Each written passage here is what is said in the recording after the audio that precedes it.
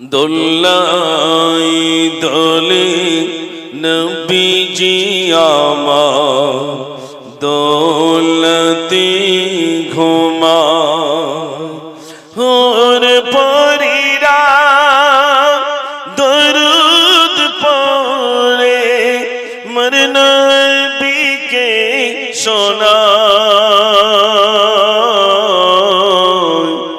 সাইমায় সে দোলা দিবনে মোর সোনা ঘুমায় আল্লাহুম্মা সাল্লি আলা সবাই পড়ে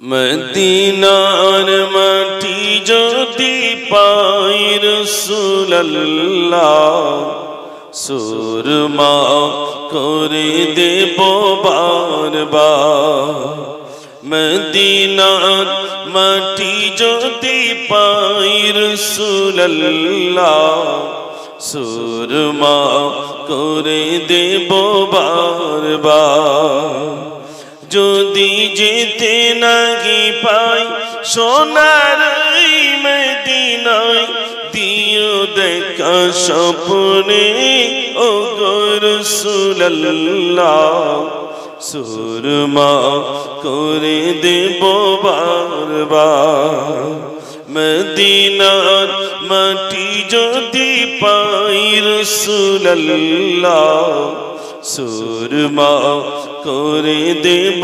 বারবার আল্লাহুম্মা সাল্লি আলা সবাই পড়ে ওয়া আলা আলি সাইয়্যিদিনা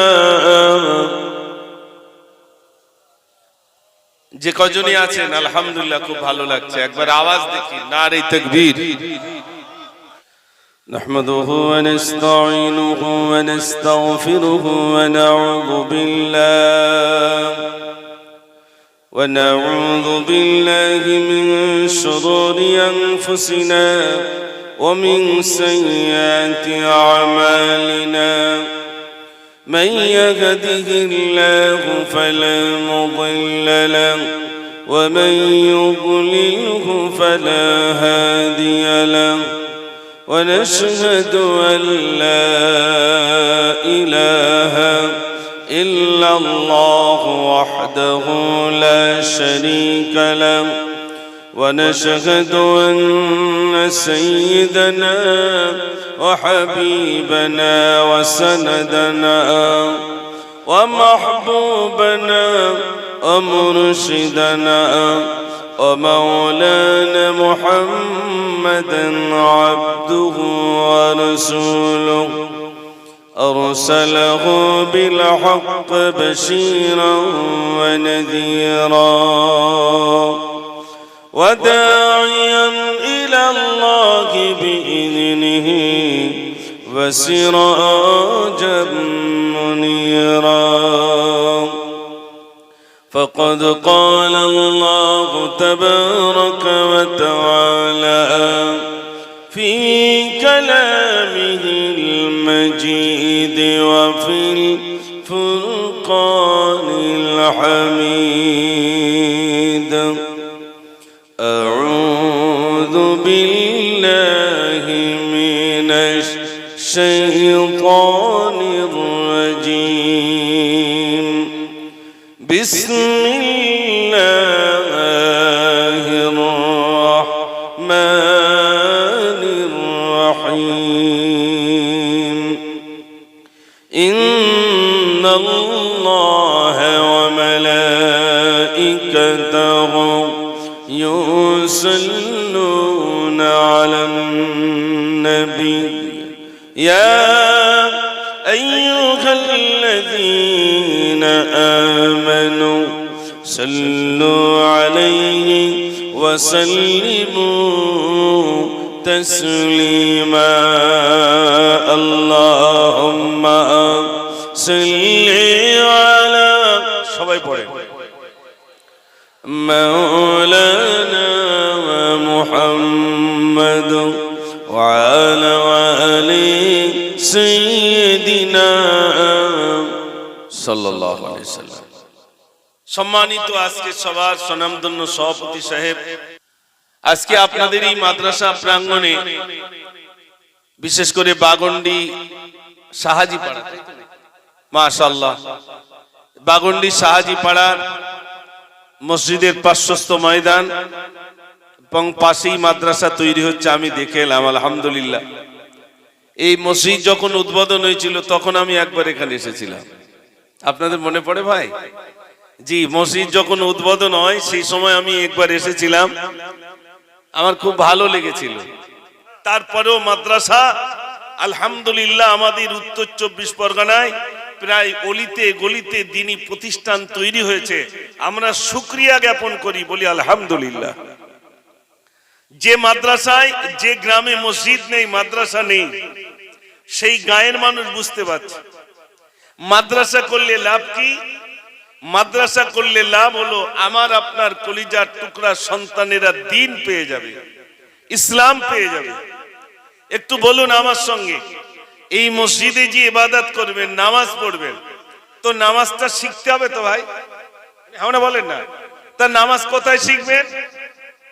বাড়িতে না, আগে গ্রামে দলুজ থাকতো, দলুজে পড়াশোনা হতো, এখন আর দলুজ নেই। নামাজ পড়বো কিভাবে? শিখতে হবে ওই দ্বীনি প্রতিষ্ঠানে। কিভাবে তাহরিমা বাঁধবো, কিভাবে আমার হাতটা কোন পর্যন্ত তুলবো, আমি কিভাবে দাঁড়াবো, আমার অঙ্গ প্রত্যঙ্গ গুলো কোন দিক ফিরে থাকবে, এর জন্য আমাকে শিখতে হবে। আমাদের পাশেই রয়েছে বসিরহাট, মাওলানা বাগে শুয়ে রয়েছেন আল্লামা হিন্দ, আল্লামা রুহুল আমিন শাহ রহমাতুল্লাহ আলাইহি। তিনি এ পর্যন্ত কিতাব লিখেছেন, বহু কিতাব তিনি লিখেছেন। একটু আপনারা বলবেন, হুজুর আল্লামা তো নিজে বলে গেছেন, যে বাড়িতে আমার কিতাব, যে বাড়িতে আমার কিতাব আছে আমি রুহুল আমিন সেই বাড়িতে আছি। একটু জোরে বলুন না সুবহানাল্লাহ। এবার তাহলে বলুন, মাওলানা বাগে বা বসিরহাটে যখন ইসালে সওয়াব হয়, হালুয়ার দোকানে বেশি ভিড় হয় না কিতাবের দোকানে বেশি ভিড় হয় ভাই? কেউ কথা বলবেন না? হালুয়ার দোকানে বেশি ভিড় হয় না কিতাবের দোকানে বেশি ভিড় হয়? দেখবেন হালুয়ার দোকানে ভিড় হয়। মানুষ হালুয়া কিনতে রাজি, কিতাব কিনতে রাজি না। মানুষ হালুয়া খেতে রাজি, জ্ঞান সঞ্চয় করতে রাজি না। একটু তাকান, আমাদের ছেলেগুলো পাবজি খেলে আর ফ্রি ফায়ার খেলে সব ব্রেনের তার কেটে ফেলছে। ঠিক বলছি না ভুল বলছি ভাই? তাহলে আমাদের ছেলেগুলো বাঁচাবে কে? কে বাঁচাবে? আমাদের ছেলেগুলোকে বাঁচাতে গেলে, এই সমাজটা পরিবর্তন করতে গেলে দ্বীনি প্রতিষ্ঠানের প্রয়োজন। দ্বীনি প্রতিষ্ঠান যে গ্রামে আছে, সেই গ্রামে দ্বীন পেয়েছে, ছোট্ট ছোট্ট বাচ্চাদের ভিতরে ইসলামী আকীদা পৌঁছে গেছে, তাদের ভিতরে শরিয়া চলে গেছে, আল্লাহ রাসূলের সুন্নাহ গুলো তাদের জীবনে যখন পৌঁছে গেছে, নোংরা গুলো তখন দূর হয়ে গেছে। জোরে বলুন না সুবহানাল্লাহ। প্রতিটা গ্রামে গ্রামে, আমি গত পরশুদিন ছিলাম, সেখানে একটি মক্তব তৈরি করার জন্য আমাকে নিয়ে গেলেন। প্রতিটা পাড়ায় পাড়ায় মক্তব প্রয়োজন। ছোট্ট ছোট্ট মেয়েরা, ছোট্ট ছোট্ট বাচ্চারা, তারা জ্ঞান পাক, তারা জ্ঞান শিখ, তারা কোরআন শিখে যাক। আমি 2008-এ আল্লাহ পাক আমাকে হজ পাকে নিয়ে গেছেন, 2010-এ, আর গত শনিবার উমরা করে ফিরলাম। আমার লাইফে আমি যত দেখেছি, আরব ভূমিতে দাড়ি নাই, অনেকের প্যান্ট পরে আছে, গেঞ্জি পরে আছে, কোরআন শরীফ জানে। আর আমার রাজ্যে এত বড় দাড়ি, এত বড় জুব্বা, কোরআন শরীফ জানে না। কথা ঠিক বলছি না ভুল বলছি ভাই? হ্যাঁ না বলেন অন্তত। যদি বলেন তা কি করে হয়, অত বড় দাড়ি কোরআন শরীফ জানে না? না, আমি এরকম মসজিদে আগে ইমামতি করতাম, এখন আর সময় নেই। তো মসজিদে ইমামতি করতে যে আপনারা যারা আছেন একটু বলবেন, আপনাদের মসজিদে নিশ্চয়ই ইমাম সাহেব আছেন। ইমাম সাহেব যদি না থাকে তাহলে মুয়াজ্জিন এদিক ওদিক তাকায় না যে ইমামের মতো নামাজ পড়াবার লোক আছে কিনা, এরকম এরকম তাকায়। বলুন তো, ওই ইমামতির আসনে ছোট জামাওয়ালা চান্স পাবে না বড় জামাওয়ালা চান্স পাবে? একটু কথা বলতে হবে না তো, আমি কি করে কথা বলবো? একটু হ্যাঁ না বললে আমি কি করে বলবো? বড় জামাওয়ালা চান্স পাবে, 60 পড়া লোক ইমামতি করতে পারবে? পারবে না। আর যদি হজ করে আসে তাহলে আগে চান্স দেবে। এখন আমি নেই, আমি না থাকার কারণে মুয়াজ্জিন এদিক দেখছে দেখছে হাজী সাহেব ঢুকছে, হাজী সাহেব নামাজ পড়ান। হাজী সাহেব তো যাবে না, মুসল্লি তো শুনবে না। আপনি নতুন হজ করে এসেছেন সবে মাত্র, আপনাকেই পড়াতে হবে। লোকজন তো জোর করে নামাজের আসনে দিল, চিন্তা করছে নামাজের পরে এ তো আসরের নামাজ, মগরিবে যদি হুজুর না আসে লোকজন তো আবার ঠেলে আমার ওই জায়গায় দেবে, দেবে না দেবে না ভাই? তুমি আসর পড়িয়েছ মানে মগরিব পড়াও। মনটা খুব মলিন করে বসে হঠাৎ আমি এসে হাজির, হুজুর আমি বেঁচে গেছি। তার মানে ও ছাড় বলেন না, আপনি নেই, মানুষজন তো জোর করে আমার ইমামতির আসনে দিল, আমি তো কোরআন শরীফ জানি না। এখন ওটা ছিল আসরের নামাজ, ও তো মনে মনে বলতে হয়, কিন্তু মগরিবে কি মনে মনে বলা যাবে ভাই? এখন উচ্চ আওয়াজে বললি তো লোক জেনে নেবে আমার ভাঁড়ে কি আছে।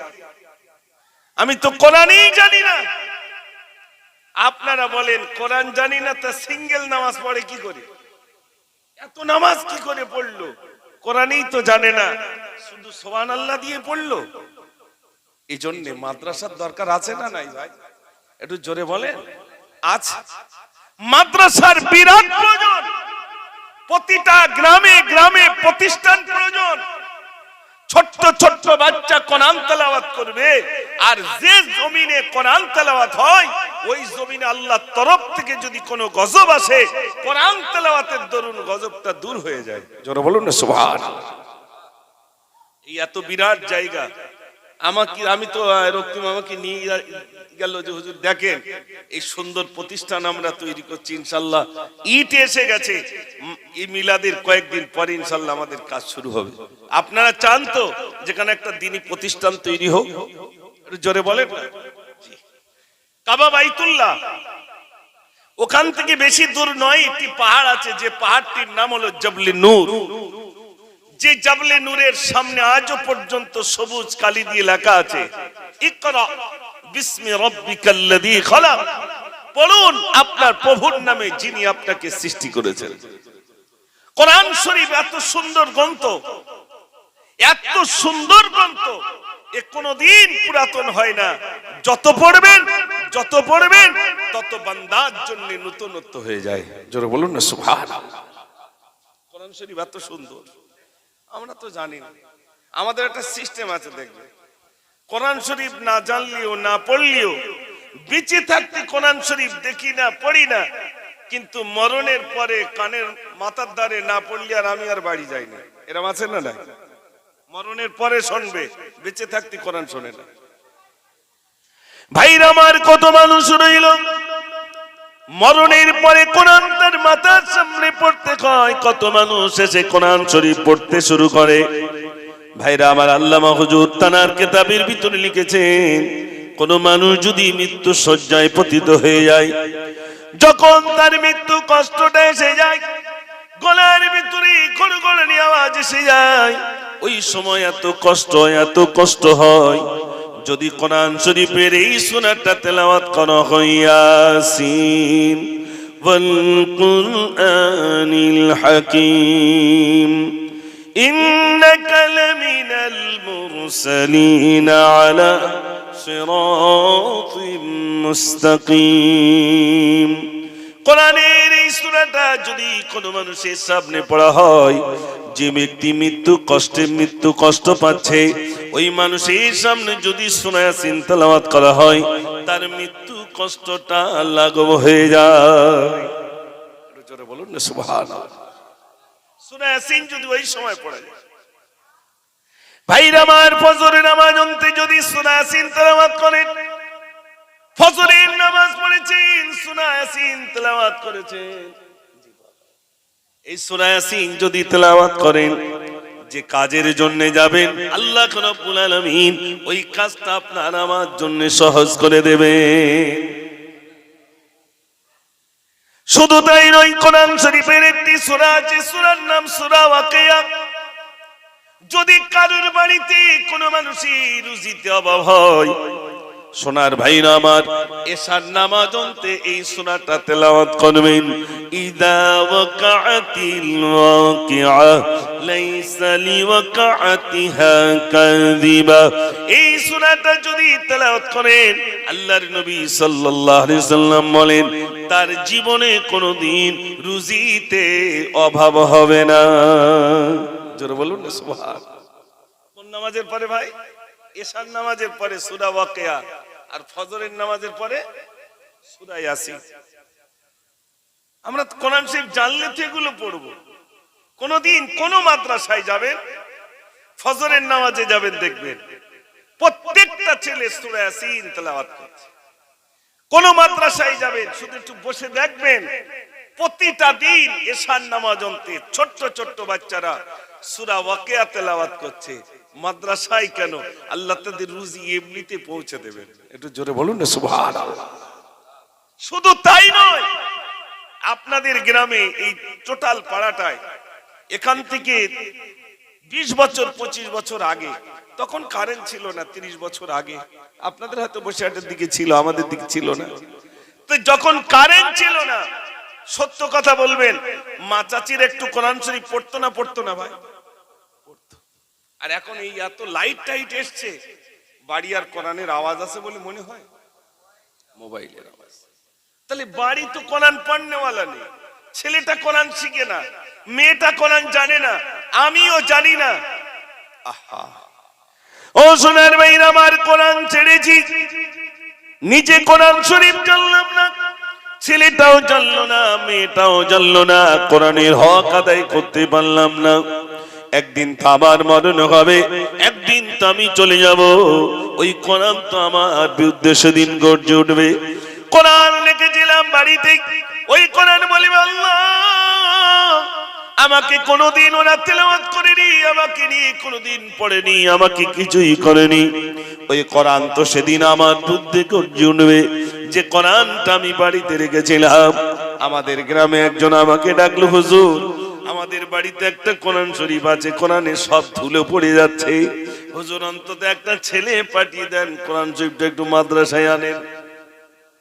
মানে ও বাড়ি কোরআন খোলার মতো আর লোক, অথচ ছেলে বিয়ে দেওয়ার সময়, ও ভাই ছেলে বিয়ে দেওয়ার সময় এখন সব যুবকরা যায় আর সঙ্গে এক চাচাল নিয়ে যায়, চাচার নিয়ে গিয়ে সব যুবকরা জিজ্ঞেস করে, আর যুবকরা বলে চাচা তুমি কি জিজ্ঞেস করো? চাচা তখন এই কথাটাই জিজ্ঞেস করে, ও মা কোরআন শরীফ জানো? জিজ্ঞেস করে না ভাই, প্রথম চান্সে জিজ্ঞেস করো, মা কোরআন শরীফ জানো? রুগীর মুখতে বাড়তে হয় না, রুগী বসে থাকে চেয়ারে, রুগীর পাশে একটা হোমগার্ড দাঁড়িয়ে থাকে, তখন বলো 2-3 বার খতম হয়ে গেছে। রুগী কিন্তু চুপচাপ, জি পাশে যে থাকে উনি বলে 2-3 বার খতম হয়ে গেছে। চাচা মনে করছে 2-3 বার খতম হয়ে গেছে মানে বাড়ি এসে একটু কোরআন শরীফ জোরে বলেন পড়বে।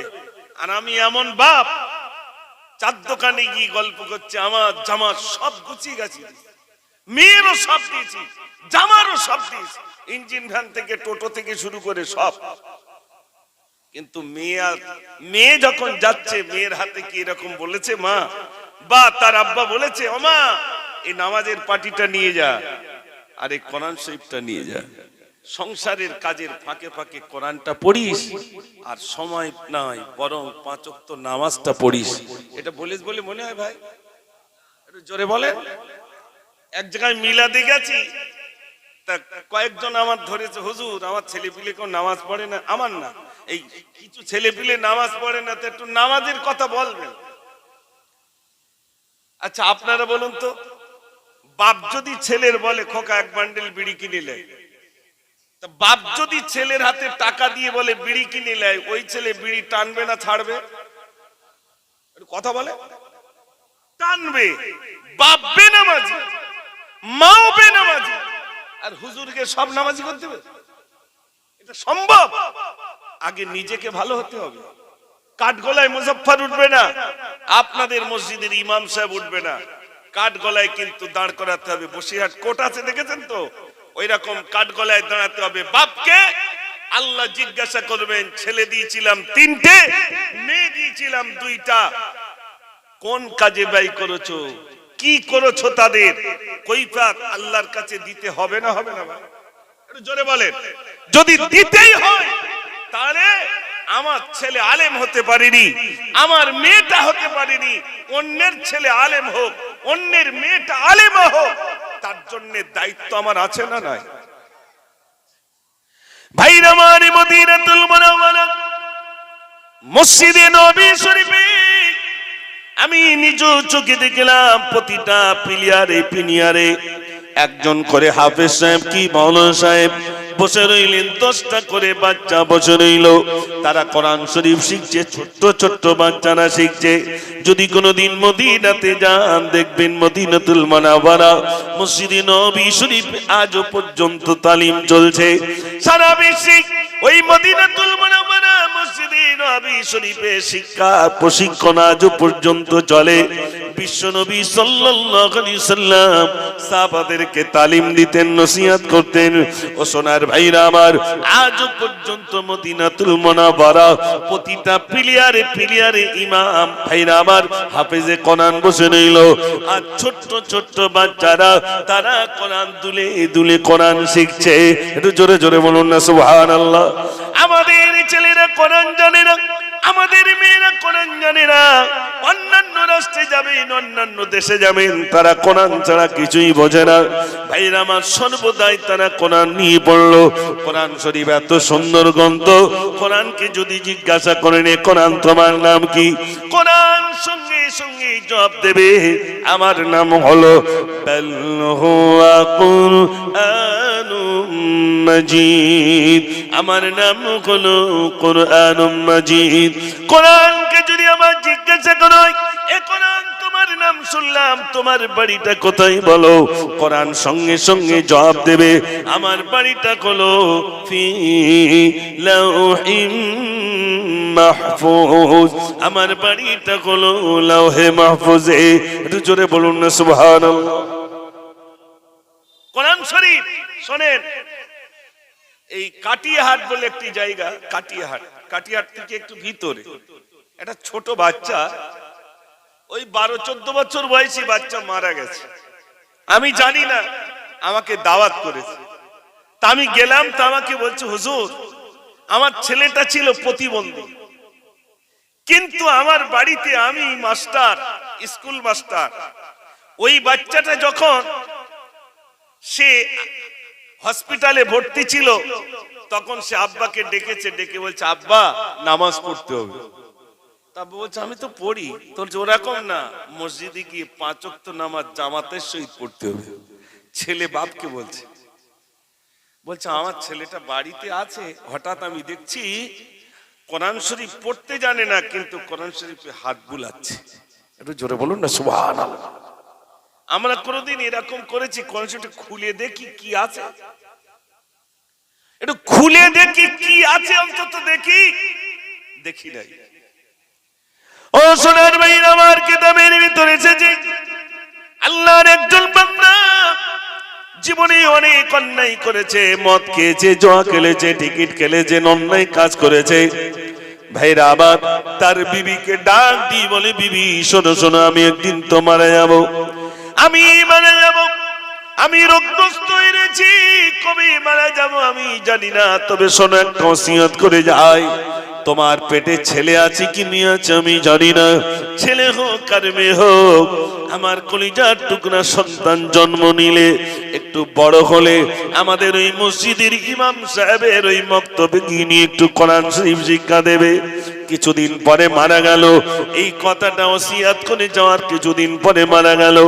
ও সোনার ভাইরা, বিবিকে করলেন, বিবির ভাইরা আমার যখন সন্তানটি ভূমিষ্ঠ হলো, ওই বাচ্চাটি যখন একটু বড় হয়েছে, ওই বাচ্চাটির হাতটি ধরে হুজুরের কাছে নিয়ে গেলেন। আসসালামু আলাইকুম। হুজুর বললেন ওয়ালাইকুম আসসালাম। ভাইরা আবার মহিলা বললেন হুজুর আমার স্বামী আমার কাছে একটা ওসিয়ত করে গিয়েছিলেন। কি ওসিয়ত করেছে? আমার স্বামী ওসিয়ত করেছে, ও বিবি শোনো, আমি মদ খাই, আমি জুয়া খেলি, আমি টিকিট খেলি, জীবনে অনেক অন্যায় করেছি, আমার গুনাহ ক্ষমা হবে কি আমি জানি না, আমি বড় অন্যায়ের ভিতরে গ্রেফতার হয়েছিলাম।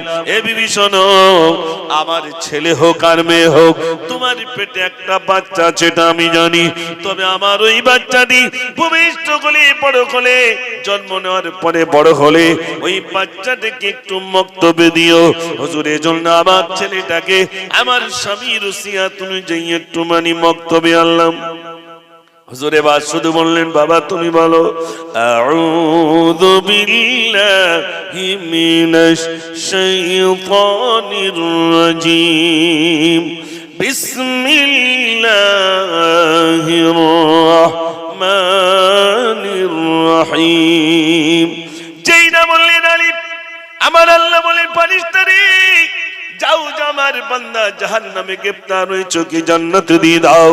ফারিস্তারা বললেন, আল্লাহ কি এমন ভালো কাজ করলো? আমার আল্লাহ বলেন, ফারিস্তারে আমি যা জানি তোমরা তা জানো না।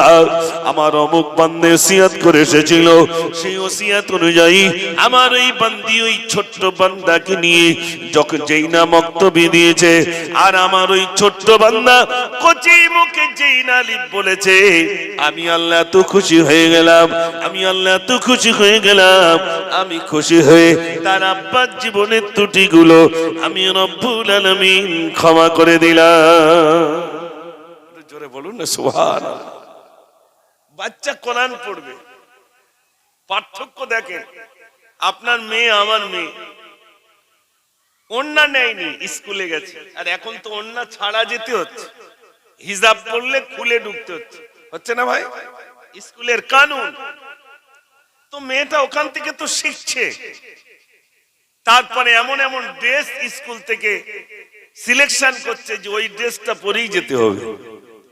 তা আপনার আমার মেয়ে সে যখন বাড়িতে এলো, তাকে তো কিছু ধর্মের শিক্ষা, ইসলামী শিক্ষা তাকে তো দিতে হবে। একটা ঘন্টার জন্য শুধু এই মসজিদের ইমাম সাহেবের কাছে পাঠাবেন, একটা ঘন্টার জন্য। মেয়েটা কি করবে? এমন একটা কাপড় পরিধান করবে যাতে তার শরীরের কোনো অংশ যাতে না দেখা যায়, কোনো অঙ্গ যেন না দেখা যায়। তারপরে একটা কিতাব নেবে, কিতাবটা পিছনে ঝুলাবে না, হাত দিয়ে ঝুলাবে না, বুকের ভিতরে নিয়ে আস্তে আস্তে সে নির্জন জায়গায় বসে সে পড়তে শুরু করবে। একটু জোরে বলুন না সুবহানাল্লাহ। তাহলে আমার মেয়ের ভিতরে আল হায়াউ শুবাতুম মিনাল ঈমান, লজ্জা শরম ঈমানের অঙ্গ। আমার মেয়েটার ভিতরে শরম এসেছে, সে বুঝতে শিখেছে আমার আব্রুকে হেফাজত করে রাখা এটা আমার দায়িত্ব, এটা আমার কর্তব্য, আল্লাহ আমার জন্য ফরজ আইন করে রেখেছে, ঠিক কি না ভাই?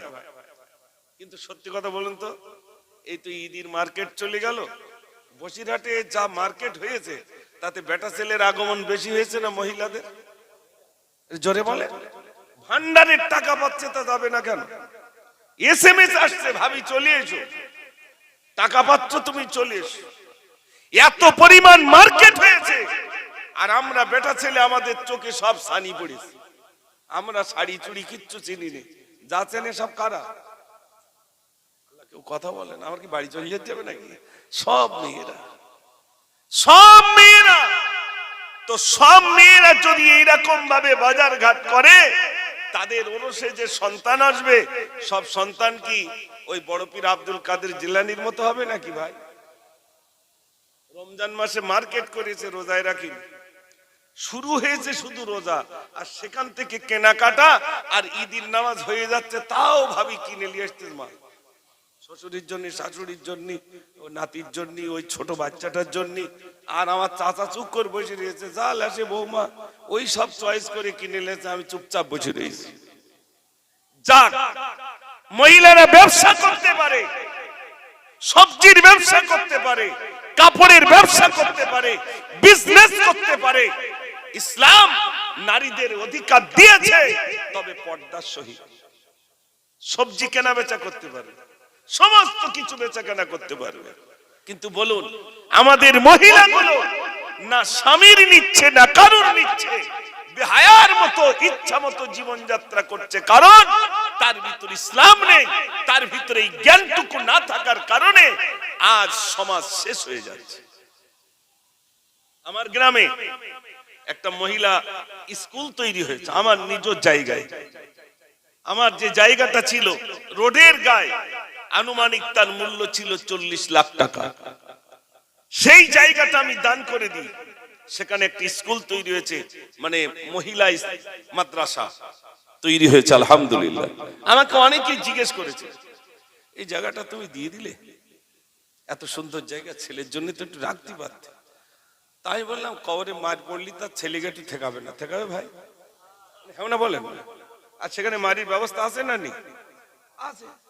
তা আমি বললাম, সেখানে যে মারটা পড়বে আমার ছেলে তার ঠেকাবে না, আমার এখান থেকে যেতে হবে।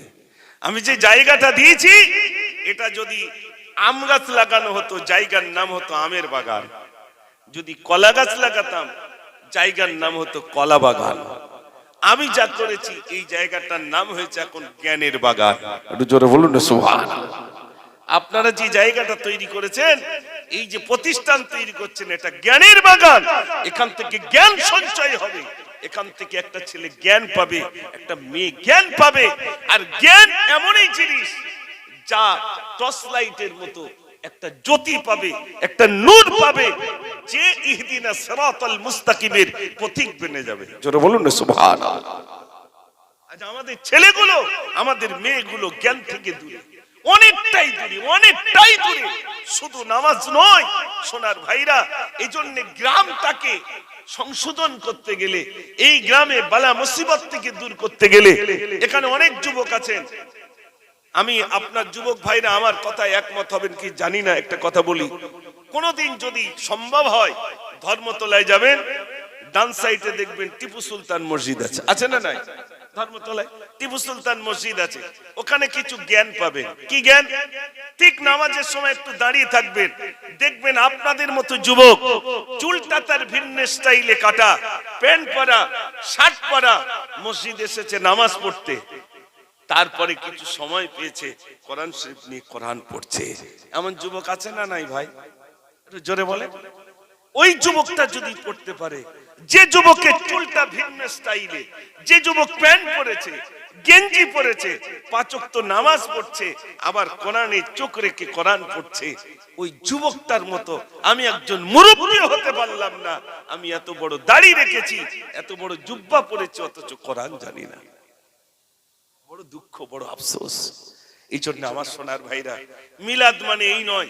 আমি বিরাট সুখ দিয়ে বললাম, আপনারা বলেন না সত্যি হাসান হোসেনের একটা জীবনী বলে গেছে বিরাট, ও কাজ হবে না ভাই। এখন যেটা বাস্তব সেটা নিয়ে আপনাদের কাছে আলোচনা করছি। আমি 2টি মাদ্রাসা চালানোর সুযোগ আল্লাহ আমাকে করে দিয়েছেন, একটা ছেলেদের মাদ্রাসা, একটা মেয়েদের মাদ্রাসা আল্লাহ করার সুযোগ দিয়েছেন। প্রচুর পরিশ্রম করতে হয়েছে। তবে এই মাদ্রাসা এবং মসজিদের কমিটি যারা আছেন, তানাদের উদ্দেশ্যে আমার কিছু কথা। এই মাদ্রাসা এবং মসজিদের কমিটি হলে প্রথমে একটা কথা শুনতে হবে, সেটা হলো একটা উপাধি নিতে হবে, সেটা হলো চোর। মানুষ কিন্তু আপনাকে বলবে চোর। ও মাদ্রাসা মসজিদের টাকাগুলো মেরে সর্বনাশ করবে, ওই চার দোকানে আওয়াজ হবে, ওই রাস্তায় আওয়াজ হবে, আপনার ভাইয়ের সাথে বলবে, আপনার ভাই এসে বলবে, ভাই তোমার নামে লোক এই সব বলে বেড়াচ্ছে, তুমি নাকি মাদ্রাসার টাকা চুরি করো, ওই মসজিদের টাকা চুরি করে খাও। আদেও তা কিচ্ছু খাইনি বলো, এই কথাগুলো আওয়াজ হবে। এরপরেও কি মাদ্রাসা মসজিদ ছেড়ে পালিয়ে যাবেন? জোরে বলেন। এই কথাটা শুনতে হবে। যিনি শুনতে পারবেন তিনি মাদ্রাসায় আসবেন, যিনি এই কথাটা হজম করতে পারবেন তিনি মসজিদের সেক্রেটারি হবেন, যিনি এই কথাগুলো হজম করতে পারবেন তিনি মাদ্রাসার সেক্রেটারি হবেন, তিনি মাদ্রাসার নেতৃত্ব দেবেন। যত আপনার বিরুদ্ধে বলবে, তত আপনার জীবনের গুনাহগুলো ধুয়ে মুছে সাফ আল্লাহ করে দেবেন। জোরে বলুন সুবহানাল্লাহ।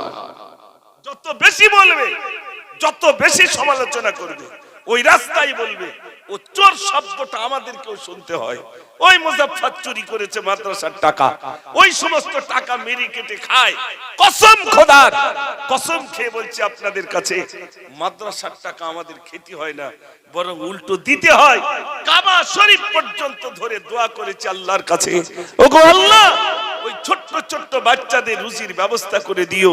আর বাংলার সমস্ত মাদ্রাসা মসজিদগুলো তুমি কবুল করে নিও। কাবা ধরে শুধু নিজের প্রতিষ্ঠানের জন্য নয়, সকল প্রতিষ্ঠানের জন্য কেঁদেছি আর দোয়া করেছি, আল্লাহ সমস্ত প্রতিষ্ঠানকে তুমি কবুল করো। আপনারা সবাই বলুন আল্লাহুম্মা আমিন। প্রতিষ্ঠান হলে দেখবেন কত উপকার, আপনার কলিজার টুকরা সন্তান উপকার পেয়েছে।